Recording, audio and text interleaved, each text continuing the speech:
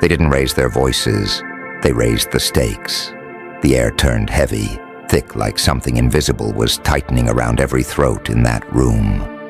Eyes sharpened, words loaded, history crawling out of every corner like shadows that never left. And right when everything was about to explode, when the fragile line between love and destruction was seconds from snapping, you didn't react. You calculated, somewhere far away, in a quiet, sterile room filled with glowing screens. A trained observer leaned forward, not because you were loud, but because you were dangerously quiet.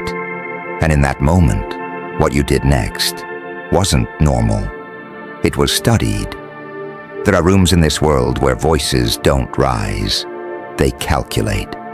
Rooms where silence is louder than screams, where one wrong word can collapse a bloodline. And somewhere behind a one-way mirror, you were being watched, not for what you said, but for what you controlled. Most people think power is volume. They think dominance is who shouts last, who breaks first, who burns everything down just to feel alive. But you walked into the fire and turned it into strategy.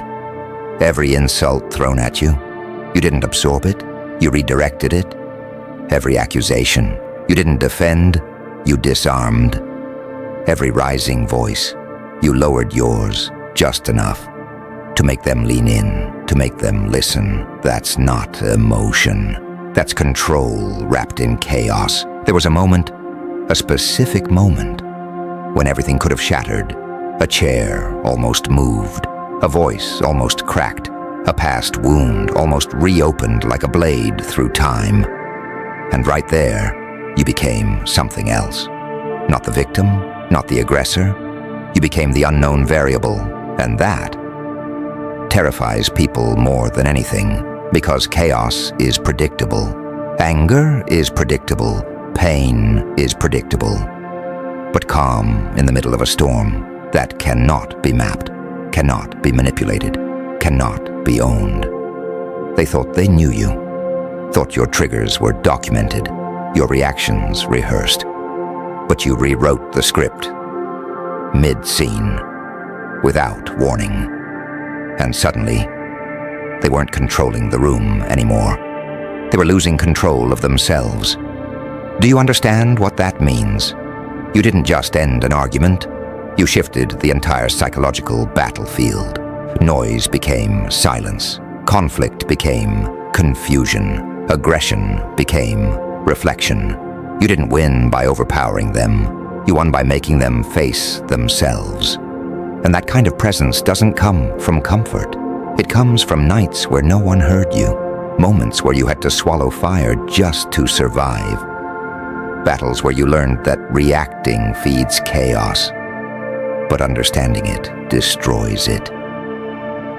Somewhere behind that glass, the observer didn't study your words, they studied your silence, how you paused, how you breathed, how you let truth hang in the air until it became unbearable. They saw something rare, something dangerous, something that doesn't belong in ordinary people. A mind that doesn't just enter chaos, but commands its ending. So what happens now, when that same control is taken beyond the argument, beyond the room, into life itself? You stop surviving situations. You start shaping outcomes, because the world is full of noise, people exploding, reacting, collapsing into every emotion they don't understand. But you became the storm that doesn't need to scream, to be feared. And that's where the shift truly begins. Not in the moment people saw you, but in the moment they misunderstood you. Because they will always remember the calm. They will always remember the way your voice didn't shake. They will always remember how the temperature of the room changed, without you ever raising it. But they will never understand what it cost you to stay that composed. There is a kind of silence that isn't peace. It's discipline under pressure. A silence that forms when your mind has already seen every possible outcome and decided none of them deserve your collapse. That's what they were watching, not a person avoiding conflict, but a mind processing it faster than it could unfold. And in rooms like that, that is not emotional control. That is classified behavior. Because most people inside that room would have reacted. They would have defended, explained, escalated, cracked under the weight of being misunderstood. But you didn't try to be understood. You tried to be precise. And precision in emotional chaos feels unnatural to people who survive on reaction. Somewhere behind that glass, a pen stopped moving. Not because there was nothing to write, but because everything you were doing no longer fit into ordinary categories. Anger? No. Fear? No. Submission? No. Aggression? Not quite. Something else. Something quieter, colder, far more structured. Like a mind that learned long ago, if I break here, I lose everything. But if I stay still, I control what breaks next. And that is the part nobody tells you about transformation. It doesn't announce itself with victory. It doesn't feel like power at first. It feels like isolation. Because once you stop reacting like everyone else, you stop being predictable to everyone else. And predictable people feel safe. Unpredictable control feels like danger. So they start watching you differently. Not as someone inside the argument, but as someone who might one day enter any room and change its outcome without permission. That is why it became training material. Not because of what happened, but because of what it revealed. That under pressure, you don't collapse into emotion. You convert emotion into structure. And that is where the real shift lives. Because now you know something most people never learn. You are not controlled by the room you walk into. You are controlled by the version of yourself you choose to activate inside it. And once you see that clearly, you can't unsee it. The argument is already over. But the real consequence is just beginning. Not for them, not for the observers, for you. Because now every future conflict, every raised voice, every emotional storm won't be a surprise anymore. It will be familiar, and familiarity kills fear. And when fear is gone, you don't become louder. You become unreadable. And that is where people finally stop calling it control and start calling it something they don't understand, something they classify, something they archive, something they study in silence, because they realize too late. You were never in the argument. You were in the observation report. And that's the moment everything shifts again, because being studied means you are no longer just living inside events. You are being recorded inside them, not for punishment, not for praise, but for understanding something rare, something unstable, something powerful enough to change outcomes without raising its voice. You don't feel it at first. You just notice the aftermath, how people hesitate longer before speaking to you, how conversations feel slightly more measured, how tension doesn't escalate around you the same way anymore, because something in them is calculating you now. They're not reacting anymore. They're observing. And that is the hidden reversal nobody warns you about. The observer becomes the observed. The evaluator becomes the subject. The one who is meant to be analyzed becomes the variable no one can fully decode. Because what they saw wasn't anger. It wasn't dominance. It wasn't emotional collapse or emotional victory. It was something far more unsettling. It was restraint with direction, a mind that could have exploded, but chose structure. A voice that could have shattered the room, but chose silence. a presence that could have escalated everything, but chose control instead of release. And control like that doesn't look dramatic in the moment. It looks invisible, almost ordinary, until someone realizes nothing around you is behaving normally anymore. That's when the classification begins, not because you did something loud, but because you did something repeatable under pressure. And repetition under pressure is what systems fear most. Because emotions are random, reactions are predictable, but disciplined composure in chaos, that is a pattern. And patterns can be studied, replicated, or contained, and yet you are neither fully understood nor fully contained. That is the tension you now carry without realizing it. Because inside you, something changed during that moment.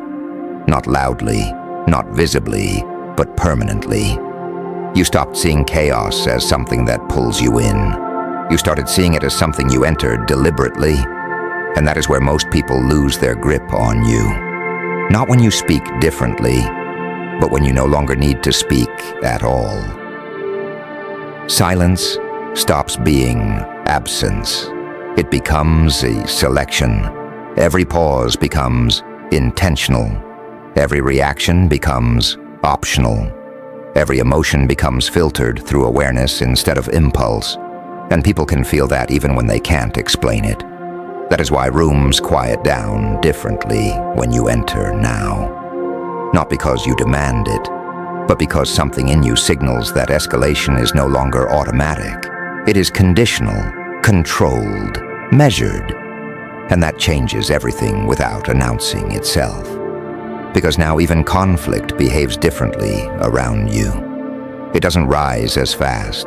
It doesn't spiral as easily. It waits. It tests.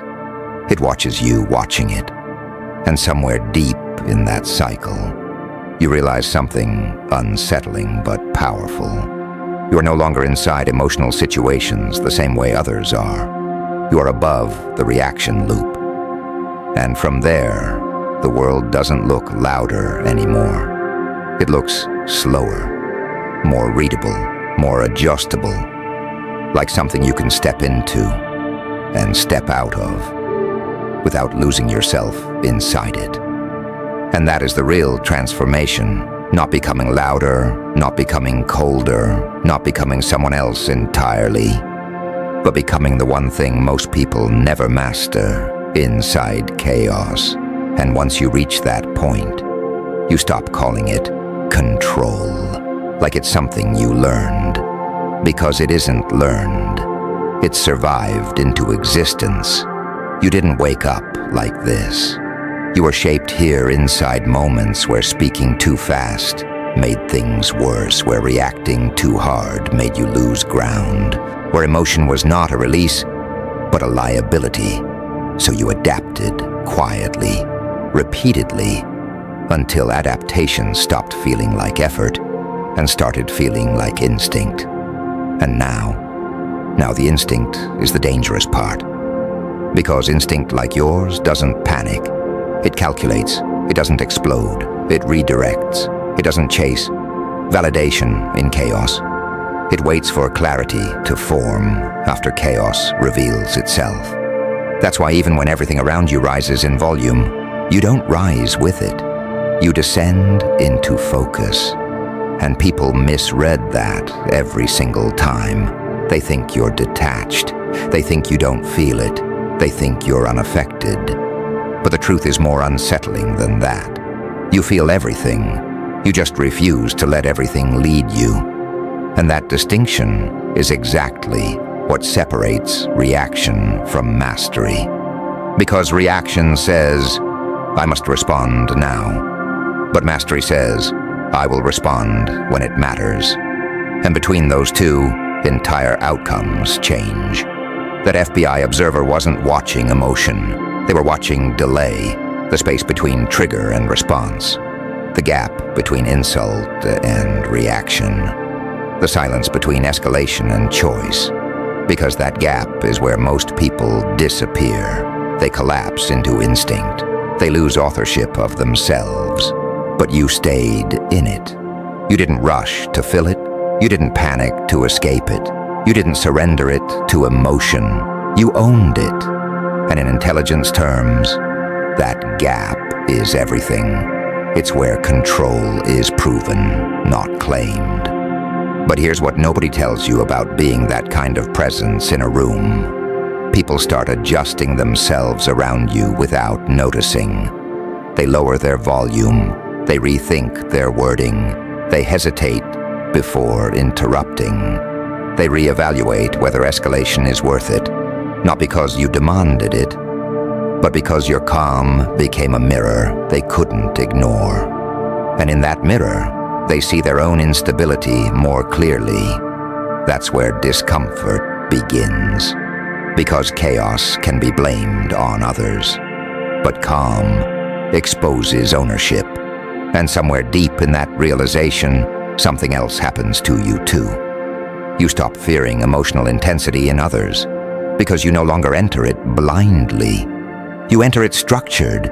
You begin to see arguments like systems, inputs, pressure, response, pattern, outcome. And once you see it that way, you stop being inside it emotionally the same way again. You become the one tracking the system while others are trapped inside it. That is why what happened in that family argument was never just a moment. It was a demonstration of something most people only realize too late. That emotional chaos is not stronger than awareness. It is simply louder than it until awareness learns how to stand still inside it. And once it does, everything changes. Because now you don't need to win arguments. You don't need to escalate energy. You don't need to prove dominance in real time. You only need to observe long enough for truth to surface on its own. And truth, when left unforced, always exposes the real structure underneath conflict. So now when they look at you, they don't just see a person who stayed calm. They see something they can't fully categorize anymore. Not emotional, not detached, not reactive, not passive. Something in between systems. Something that doesn't break under pressure. It reformats under it. And that is why the file exists. That is why the moment was recorded. That is why silence turned into study material. Because what they witnessed wasn't just control in chaos. It was a human mind refusing to become chaos itself.